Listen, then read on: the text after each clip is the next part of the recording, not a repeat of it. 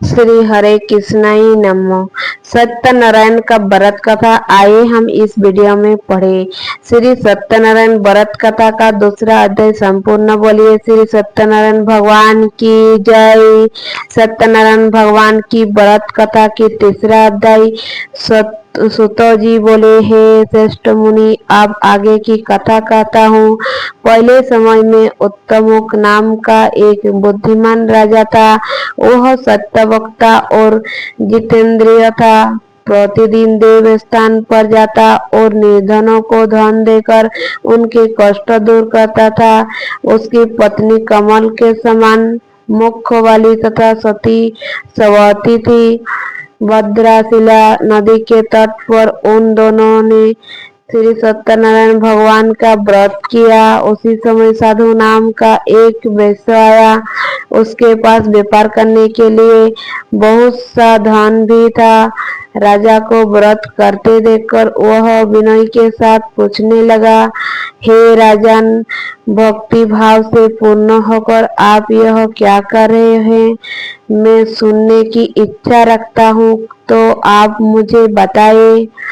राजा बोला, हे साधु, अपने बंधु बांधवों के साथ पुत्रादि की प्राप्ति के लिए एक महाशक्तिमान श्री सत्यनारायण भगवान का व्रत व पूजन कर रहा हूँ।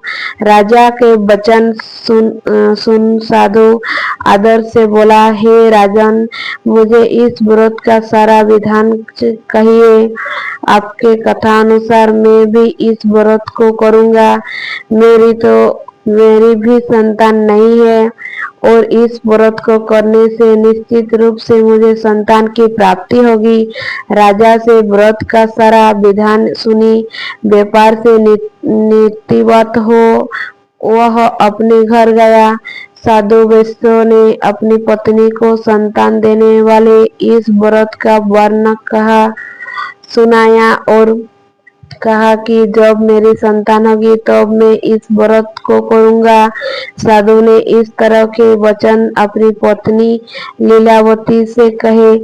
एक दिन लीलावती पति के साथ अनंती हो सांसारिक धार्मिक के प्रवृत्त होकर सत्यनारायण भगवान की कृपा से गर्भवती हो गई। 10वें महीने में उसके गर्भ से एक सुंदर कन्या से जन्म लिया। दिनों दिन वह ऐसे बढ़ने लगी जैसे कि शुक्ल पक्ष की चंद्रमा बढ़ता है। माता पिता ने अपनी कन्या का नाम कलावती रखा। एक दिन लीलावती ने मीठे शब्द में अपने पति को याद दिलाया कि अपने सत्यनारायण भगवान के जिस व्रत को करने का संकल्प लिया था उसे करने का समय आ गया है। आप इस व्रत को करिए।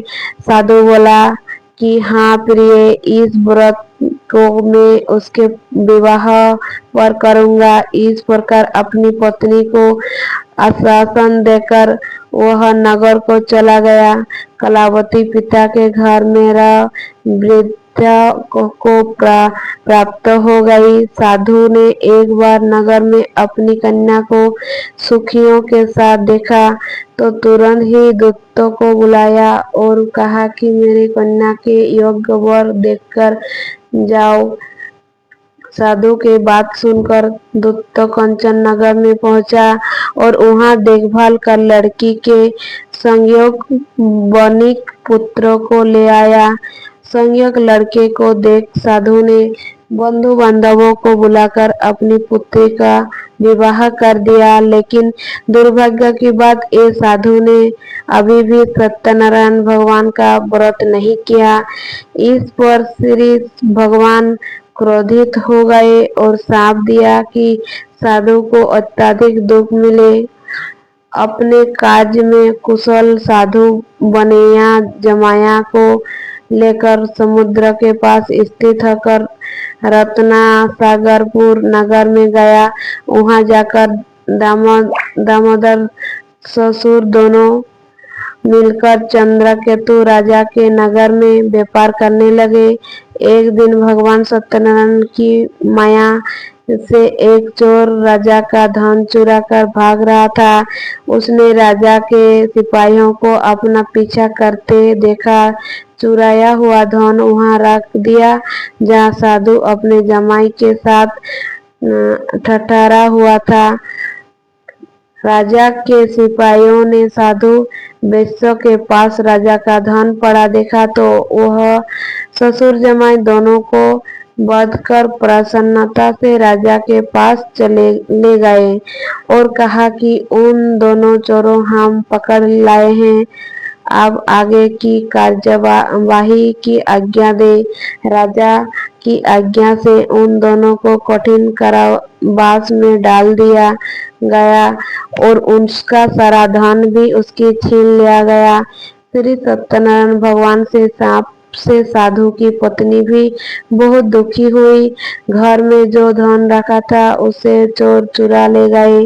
शारीरिक तथा मानसिक पीड़ाओं, भूख प्यास से अति दुखी हो अन्न की चिंता में कलावती के ब्राह्मण में घर गई। वहां उसने श्री सत्यनारायण भगवान का व्रत होते देखा कि कथा भी सुनी। वह प्रसाद ग्रहण कर वह रात को घर वापस आई। माता के कलावती से पूछा कि हे पुत्री, अब तक तुम कहाँ थी, तेरे मन में क्या है। कलावती ने अपनी माता से कहा, हे माता, मैंने एक ब्राह्मण के घर में श्री सत्यनारायण भगवान का व्रत देखा है। कन्या के वचन सुन लीलावती भगवान के पूजन की तैयारी करने लगी। लीलावती ने परिवार और बंधुओं सहित सत्यनारायण भगवान का पूजन किया और उससे वर मांगा कि मेरे पति तथा जमाई शीघ्र घर आ जाए। साथ ही यह भी प्रार्थना की कि हम सबका अपराध क्षमा करे। श्री सत्यनारायण भगवान इस व्रत से संतुष्ट हो गए और राजा चंद्रकेतु को सपने में दर्शन दे कहा कि हे राजन, तुम उन दोनों वेश्यों को छोड़ दो और तुमने उनका जो धन लिया है उसे वापस कर दो। अगर ऐसा नहीं किया तो मैं तुम्हारा धन, राज्य और संतान भी को नष्ट कर दूंगा। राजा को यह सब कहकर वह अंतर्धान हो गए। प्रातःकाल सभा में राजा ने अपना सपना सुनाया। फिर बोले कि बलिक पुत्र और कैद से मुक्त कर सभा में लाओ। दोनों ने आते ही राजा को प्रणाम किया। राजा मीठी वाणी से बोला है, हे महानुभावों, भाग्यवश ऐसा कठिन दुख तुम्हें प्राप्त हुआ है, लेकिन अब तुम्हें कोई भय नहीं है। ऐसा कह राजा ने उन दोनों को नए वस्त्रभूषण भी पहनाए और जितना धन उनका लिया था उससे दुगुना धन वापस कर दिया। दोनों वेश्या अपने घर को चल गए। जय श्री नारायण।